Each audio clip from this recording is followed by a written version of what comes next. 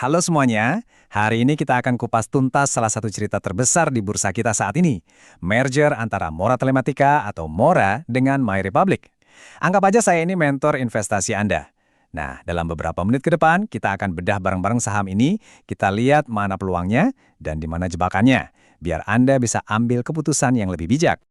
Oke, ini dia rencana main kita. Kita mulai dari ceritanya dulu. Terus kita gali kenapa ini bisa terjadi, kita hitung-hitungan valuasinya, cari tahu resikonya, dan yang paling penting, kita susun strategi investasinya buat Anda. Siap? Yuk, kita mulai. Oke, bagian pertama, berita utamanya dulu nih, yang lagi jadi omongan di mana-mana. Jadi, ada raksasa baru yang lahir di industri telekomunikasi Indonesia, dan ini bisa mengubah peta persaingan. Kita lagi ngomongin PT Mora Telematika Indonesia, kode sahamnya Mora. Anda harus tahu, mereka ini bukan pemain kemarin sore, tapi salah satu jagoan infrastruktur telekomunikasi di negara kita. Nah, langkah terbaru mereka ini gede banget. Mereka resmi bergabung dengan MyRepublic Indonesia. Pasti Anda udah nggak asing lagi kan sama nama yang satu ini?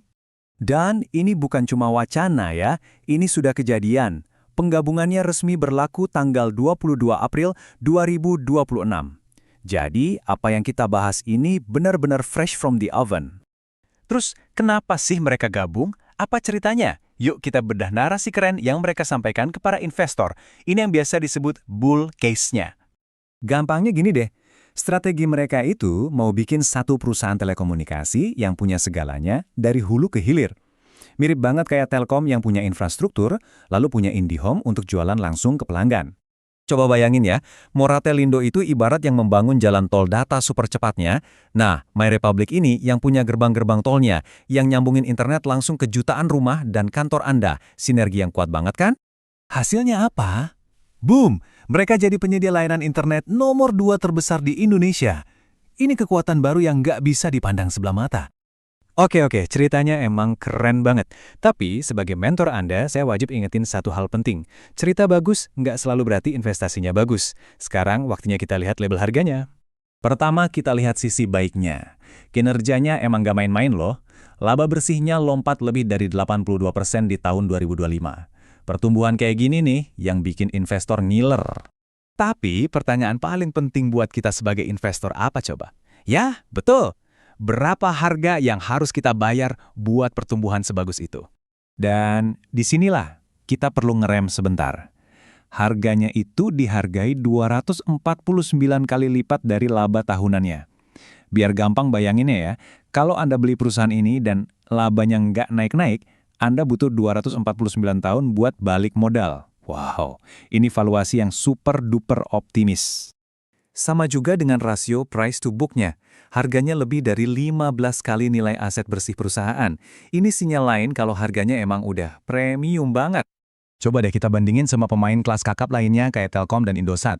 Lihat kan, valuasi Mora ini kayak ada di planet lain. Jauh banget bedanya. Sepertinya pasar lagi bertaruh besar kalau merger ini bakal menciptakan ledakan pertumbuhan yang luar biasa. Sebuah pertaruhan yang sangat berani. Dan gambar ini, ini merangkum risiko utamanya dengan sangat jelas. Ada jurang yang lebar banget antara harga yang Anda bayar di pasar sama nilai aslinya menurut hitungan analis. Ini perbedaan yang harus diwaspadai. Jadi, sudah jelas ya, harga setinggi langit itu datang dengan risiko yang setinggi langit juga. Mari kita lihat apa aja batu sandungan yang ada di depan mata. Ada 3 awan gelap yang perlu kita perhatikan. Pertama, valuasinya yang udah kemahalan banget. Kedua, ada bom waktu utang yang siap jatuh tempo. Dan ketiga, ancaman dari pemain baru yang nggak bisa diremehin. Contohnya, Starlink. Soal utang ini nggak main-main ya. Ada lebih dari 462 miliar rupiah yang harus mereka bayar di pertengahan 2026. Kemampuan mereka untuk mengatasi ini bakal jadi ujian sesungguhnya untuk kesehatan keuangan mereka setelah merger. Oke, setelah kita bedah semuanya, dari cerita bagus sampai risikonya, terus kita sebagai investor harus gimana? Nah, ini dia strateginya. Nasihat saya sebagai mentor kalian cuma satu, dan jelas banget.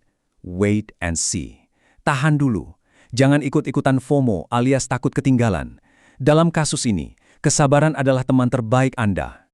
Jadi, intinya begini, kita punya perusahaan yang bagus, mesin bisnisnya kuat, tapi stiker harganya udah kelewat mahal.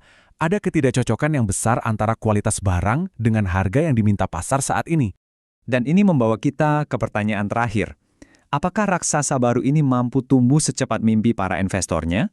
Atau jangan-jangan gravitasi fundamental pada akhirnya akan menarik harganya jatuh kembali ke bumi.